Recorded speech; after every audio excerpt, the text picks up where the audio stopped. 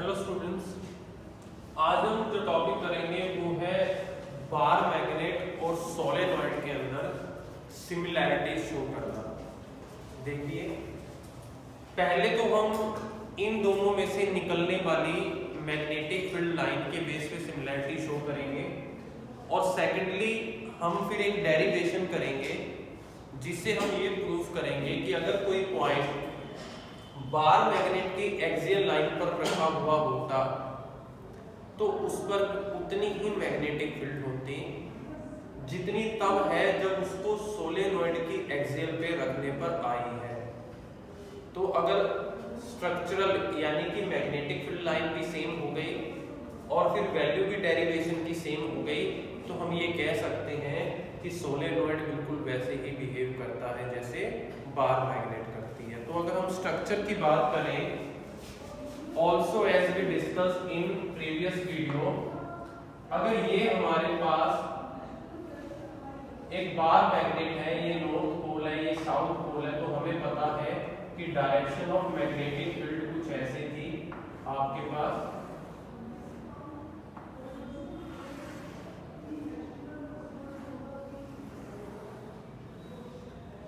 Outside the bar magnet direction होती है north से साउथ और इनसाइड डायरेक्शन होती है साउथ से नॉर्थ। ये बार मैग्नेट के केस में है आपके पास। सिमिलरली अगर आप एक सोलेनॉइड ले लें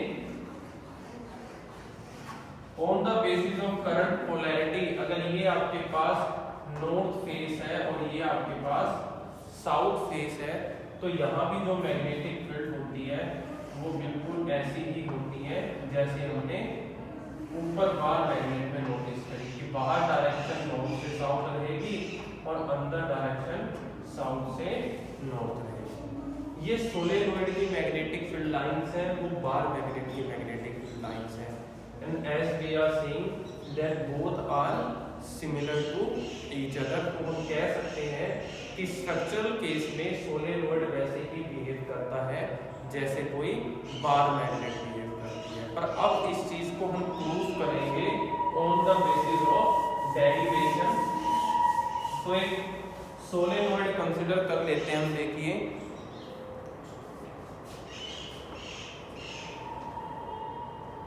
ये सोलेनॉइड का हमने क्रॉस सेक्शन व्यू ले लिया, अलग से रिंग्स ना दिखा के। इस तरीके का होगा सोलेनॉइड आपके पास, एक स्प्रिंग जैसे पेन के अंदर पाया जाता है, उसकी ही शेप आप मान के चल पड़ो। ये इसकी एक्सिस लाइन जो सेंटर में से होती हुई जा रही है और ये इसका सेंटर, इसको दो पार्ट में तोड़ने वाली इसकी इक्वेटोरियल लाइन। अगर टोटल लेंथ सोलेनॉइड की 2L है तो इतना पार्ट जो है L होगा और ये भी पार्ट जो है वो L होगा। रेडियस सोलेनॉइड की हमने मान ली A और करंट की डायरेक्शन हम मान लेते हैं anti clockwise. Anti clockwise current यहां से फ्लो हो रहा है। कोई पॉइंट हम यहां मान लेते हैं P, जिसका डिस्टेंस यहां इस सेंटर एक्सिस से है हमारे पास R। ये पॉइंट सोलेनॉइड की एक्सियल लाइन पर है और हमें इस पॉइंट पर मैग्नेटिक फील्ड निकालनी है। तो पहले कुछ लाइनें लिख लेते हैं इसके बारे में कि let's calculate magnetic field at point P। Let's calculate magnetic field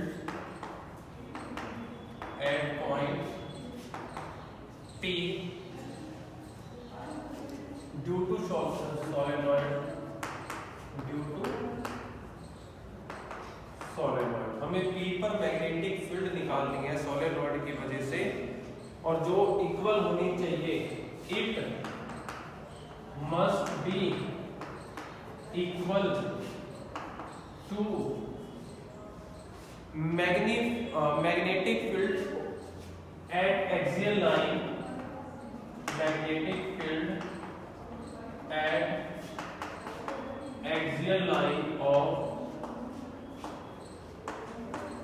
bar magnet. और ये हमें एक तरीके से ध्यान रखना है कि हमें उसी फॉर्म में डेरिवेशन निकालना है कि जो बार मैग्नेट की एक्सियल लाइन पर वैल्यू आई थी वही वैल्यू हमारे पास इसमें आए, सोलेनोइड में आए। तो कुछ चीजें हैं जो हमें कंसिडर करनी है, तो देख लीजिए। आई जो है यहाँ पर आपको पता है करंट है, 2F जो है वो हमारे पास लेंथ ऑफ सोलेनोइड ली है आपने, N जो है number of turns per unit length, N is equals to number of turns per unit length. और N को कैसे लिख देते थे आप, N अपॉन में L, ये फॉर्मूला होता था अगर N निकालना हो आपको। तो ये चीजें आपको गिवन है। अब हम क्या करते हैं, एक स्मॉल पार्ट मान लेते हैं इस सोलेनोइड का। ये पार्ट हमने सोलेनोइड का कंसीडर कर लिया, जिसकी लेंथ जो है वो dx है और जो सेंटर से x डिस्टेंस बनाता है, इस सेंटर से इसका डिस्टेंस है x और लेंथ जो है इसकी वो क्या है हमारे पास dx, ये सेंटर O मान। अब हम मैग्नेटिक फील्ड निकालेंगे पॉइंट P पर इस लेंथ एलिमेंट की वजह से, और फिर हम उसको टोटल करने के लिए क्या कर लेंगे, इंटीग्रेट कर लेंगे। ये सबको पता है। ये स्टेप हमने सेंटर एक्सिस का पॉइंट O मान रखा है, जैसे आपके कोऑर्डिनेट एक्सिस होते हैं उसका ओरिजिन होता है, हमने एग्जैक्ट इस O को स्टेप को कंसीडर कर रखा है आपके पास। तो देखिए लिख लेते हैं इसको, let consider magnetic field due to small particle, let consider magnetic field due to small element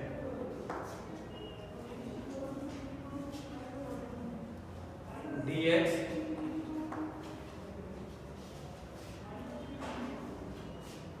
of solenoid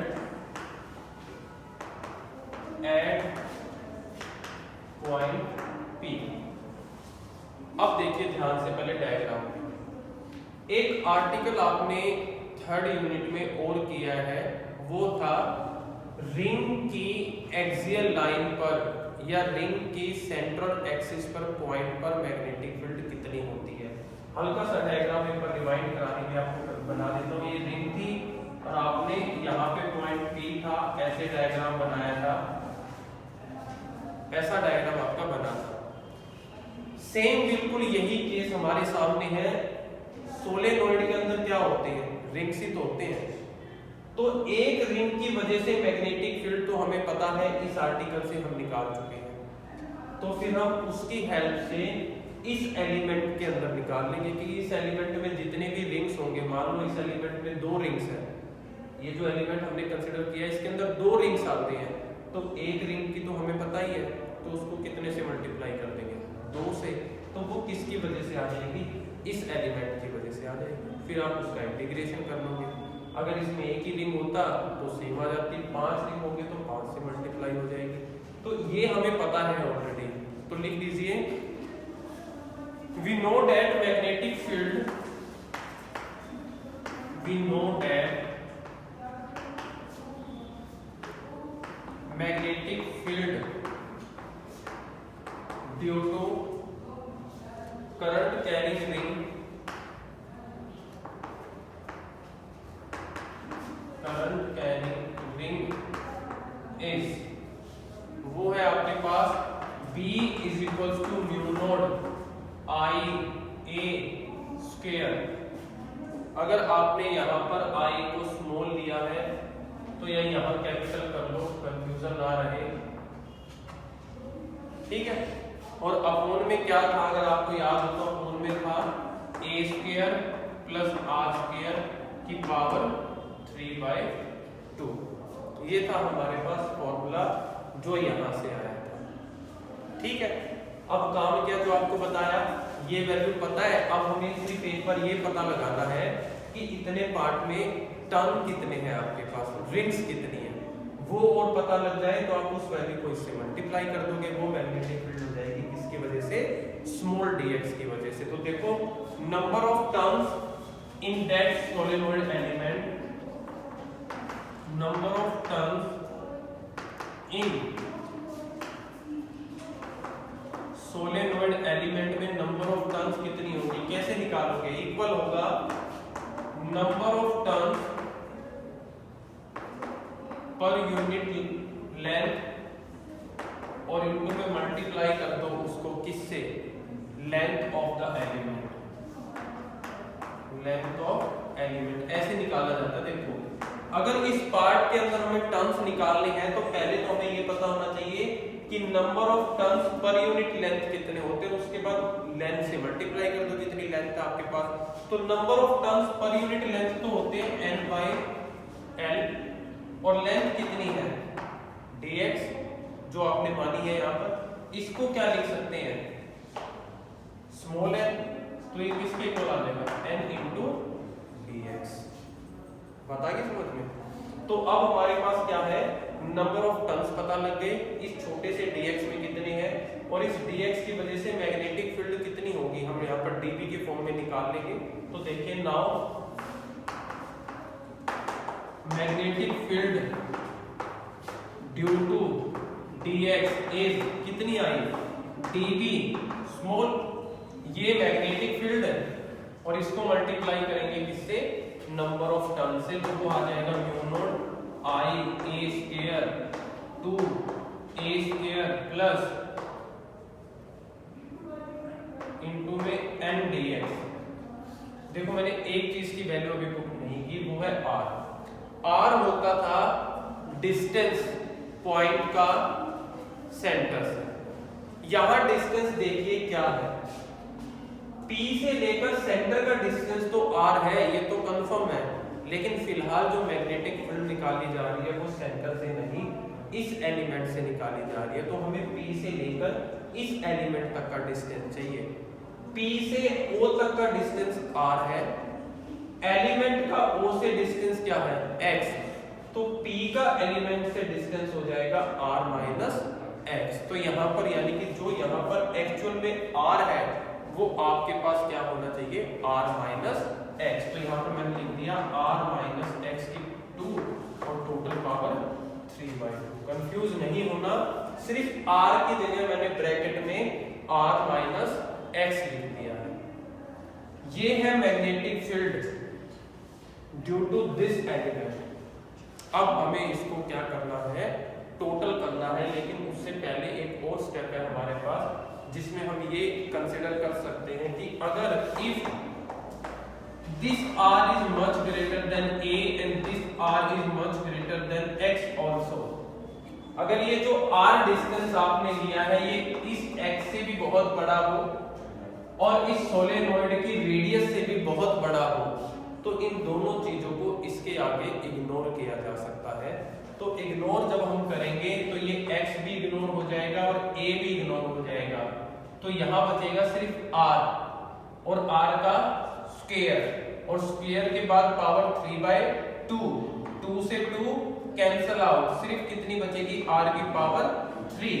तो यहाँ आ जाएगा dB is equal to mu naught I a square n dx और अपॉन में आ गया 2, ऐसे कैसे है, अंदर बचा r की पावर 3। दोबारा देख लीजिए, a और x, a भी गया x भी गया, r का स्क्वायर और स्क्वायर की मल्टीप्लाई 3/2 से, 2 से ये 2 कट जाएगा, सिर्फ क्या बच जाएगा r की पावर 3 बच जाएगी। ये है अब actual magnetic field due to this element at point P। अब हम इंटीग्रेट करेंगे इसको कहां से कहां तक। अगर ये हमने ओरिजिन माना है तो इस तरफ x एक्सिस नेगेटिव होती है, इस तरफ x एक्सिस पॉजिटिव होती है, यानी कि ये जो लेंथ है ये -l है यहाँ तक लिमिट में, और ये जो लेंथ है ये +l है। तो जो लिमिट लगेगी वो लगेगी -l से +l तक हमारे पास। तो now total magnetic field B integration of dB integration of mu naught a square n dx upon में 2r³ लिमिट -l से प्लस का n आ गया आपके पास। अब देखिए सारी चीजें कांस्टेंट है, सब बाहर आ जाएंगी, अंदर सिर्फ जो रहेगा वो है dx, क्योंकि लेंथ का वही एक एलिमेंट है जो अंदर रहना चाहिए, अंदर है dx लिमिट n - l। अब देखिए B इज इक्वल टू, बाहर वाली term as it is, integration अगर लेंगे dx का इंटीग्रेशन हो जाएगा x, सबको पता है ये सिंपल चीज होती है। अपर लिमिट और लोअर लिमिट आपने पुट कर दी, अब इन लिमिट्स को अंदर पुट करेंगे तो आप देखिए ध्यान से, x की जगह रखेंगे l, फिर आता है माइनस का sign, upper limit minus lower limit, लेकिन माइनस के साइन के बाद लोअर लिमिट ऑलरेडी माइनस में है, तो ये माइनस का साइन और जो बीच में माइनस आना था अपर और लोअर लिमिट के बीच में, ये दोनों आपस में क्या हो जाएंगे, प्लस के हो जाएंगे। तो यहाँ जो टोटल आएगी वैल्यू x की जगह वो क्या आएगी, 2l आएगी। अगर किसी को कंफ्यूजन है तो करके दिखा देते हैं कि अगर x में l माइनस l आप पुट करोगे, upper limit l minus lower limit में आप ये पुट करते हो, तो l और ये प्लस का होके आंसर आ जाता है 2l। वही 2l हम यहाँ पुट कर रहे हैं, देखिए mu naught i a square n 2l upon में 2r क्यूब। वैसे तो आंसर ये यहाँ पर आ गया, यहीं छोड़ा जा सकता है इसको, लेकिन जो स्टेटमेंट है हमारे पास वो ये है कि सोलेनोइड की वजह से जो मैग्नेटिक फील्ड पॉइंट P पर आई है उसको किसके इक्वल शो करना है, बार मैग्नेट की मैग्नेटिक फील्ड के इक्वल शो करना है, लेकिन वो अलग थी, उसमें ये चीजें नहीं थी जो आपको नजर आ रही है। तो स्टिल हमें अभी क्या करना है, इसमें थोड़ा सा मॉडिफिकेशन करना है। मॉडिफिकेशन क्या करना है देख लीजिए,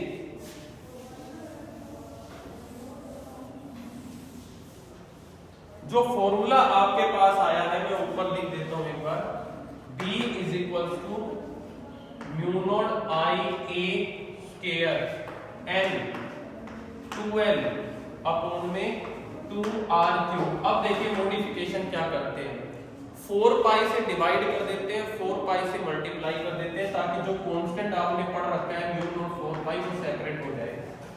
इसको 4 पाई से डिवाइड किया तो इसको हमने सेपरेट कर लिया। अब जो रह गया वो है I A square n 2l 4 pi upon में 2r क्यूब।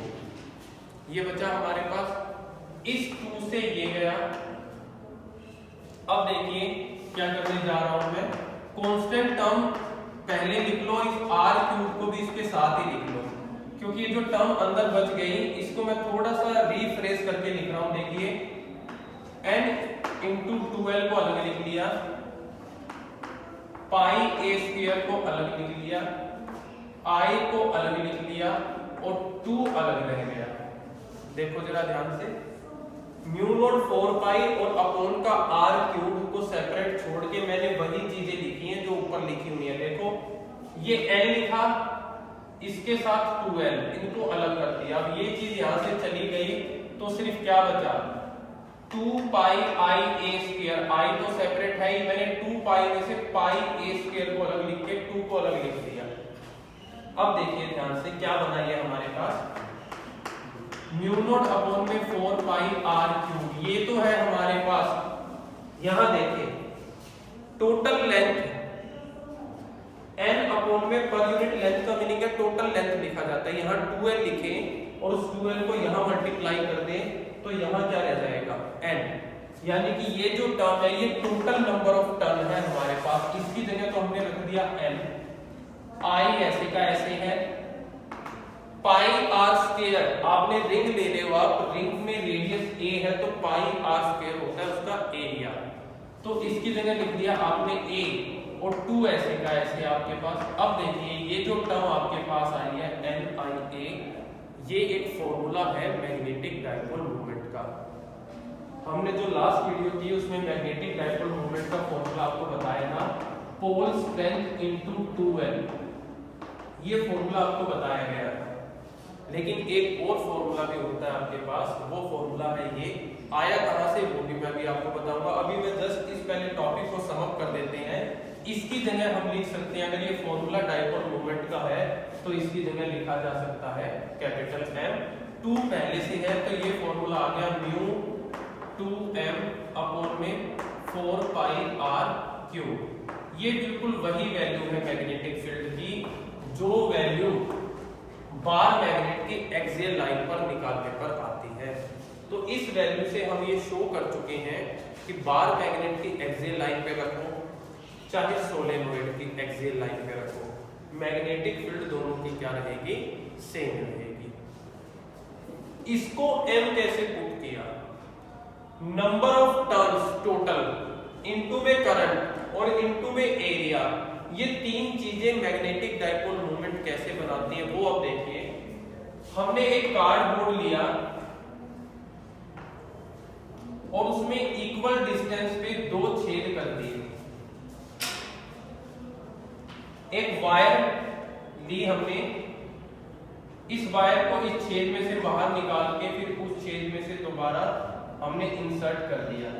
ये देखिए ऐसे, समझ में आ रहा है आपको। अगर ये कार्डबोर्ड इस डायरेक्शन में है तो यहां से एक वायर गई, ऊपर से घूम के इधर दूसरी तरफ से नीचे मैंने खींच ली, ये करंट की जाने की डायरेक्शन और ये करंट के आने की डायरेक्शन। तो अब देखिए ये दो पॉइंट जिनके बीच का डिस्टेंस जो है वो क्या है, सेम है। अब आप माइंड में याद रखिए इलेक्ट्रिक डाइपोल को। इलेक्ट्रिक डाइपोल में क्या होता था, दो सोर्सेस करंट के, दो चार्ज यानी कि जिनको बीच में फिक्स डिस्टेंस से सेपरेट कर दिया जाता था। यहां पर भी करंट है और यहां पर भी करंट है, यानी कि यहां भी चार्ज है और यहां भी चार्ज है, और दोनों एक फिक्स डिस्टेंस से सेपरेट किए गए हैं। इसकी वजह से जो मैग्नेटिक फील्ड होगी वो भी कंसेंट्रिक रिंग बनाएगी, इसकी वजह से जो मैग्नेटिक फील्ड होगी वो भी कंसेंट्रिक रिंग्स बनाएगी।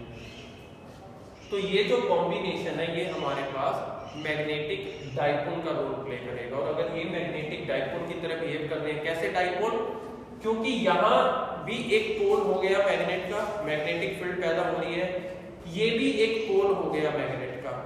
जो करंट यहाँ से जा रहा है वही करंट यहाँ आ रहा है, यानी कि जितनी स्ट्रेंथ इस पोल की है उतनी ही स्ट्रेंथ इस पोल की भी है। तो बार मैग्नेट में क्या होता है, दो pole separated by fixed distance having equal pole strength, तो वही चीज तो यहाँ आ गई, दोनों की स्ट्रेंथ सेम, दोनों के बीच का डिस्टेंस फिक्स्ड, और एक में करंट की डायरेक्शन ऐसे तो दूसरे में वापसी आ रही है। तो दोनों जो है वो मैग्नेटिक फील्ड पैदा कर रहे हैं, जिसकी वजह से हमने इसको एग्जैक्ट मैग्नेटिक डाइपोल की तरह कहा। और अगर ये मैग्नेटिक डाइपोल है तो यहाँ मैग्नेटिक डाइपोल किस किस चीजों पे, इसका डाइपोल मोमेंट किन चीजों पे डिपेंड करेगा, इसका डाइपोल मोमेंट डिपेंड करेगा कितने अमाउंट का तो करंट फ्लो कराया जा रहा है, उतनी ज्यादा मैग्नेटिक फील्ड, कितना एरिया आपने लिया है इनके बीच का, सर्कल जो है ये एरिया कितना है, दूसरा कितने नंबर ऑफ टर्न्स आपने वायर के लिए हैं, तीसरी चीज है एन, तीनों पे डायरेक्टली प्रोपोर्शनल है। इसलिए मैग्नेटिक डाइपोल मोमेंट का नया फॉर्मूला यहां से निकाला गया था कि m इक्वल होता है NIA। ये नंबर ऑफ टर्न, करंट और एरिया तीनों चीजों पे डायरेक्टली प्रोपोर्शनल है, तो इसलिए हमने यहाँ पर वो रिलेशन यूज किया है m का। तो अब ये फॉर्मूला बिल्कुल एग्जैक्ट सेम है बार मैग्नेट के। अगर आप बुक्स में देखोगे तो ये टॉपिक एग्जैक्ट इस टॉपिक के साथ कराया हुआ मिलेगा आपको एक्स्ट्रा बुक्स में, क्योंकि ये चीज सिर्फ पूरी थर्ड यूनिट में एक ही बार ये फॉर्मूला यूज होगा, और वो होगा इस केस में, क्योंकि बिना इस फॉर्मूले के आप कभी भी सोलेनोइड की वैल्यू को बार मैग्नेट के इक्वल प्रूफ नहीं कर सकते। तो ये एक अकेला फॉर्मूला, ये स्पेशल केस सिर्फ इसलिए कराया गया है ताकि ये वाली आपकी जो रिजेम्बलेंस शो करनी है आपको, वो आपका टारगेट पूरा हो जाए। तो ये आपने देख लिया, टॉपिक बहुत इंपॉर्टेंट है हमारे लिए। अगर एग्जाम में आपके पास आता है तो आप ये भी करके दिखा सकते हो साथ में, अदरवाइज आप इसको डायरेक्ट m में लिख दोगे where m is equal to NIA, तो वो ठीक होगा, क्योंकि एग्जामिनर को पता है कि ये वैल्यू होती है इसकी। तो आपने इसको अच्छे से प्रैक्टिस कर लेना है, ये टॉपिक बहुत इंपॉर्टेंट है आपके लिए।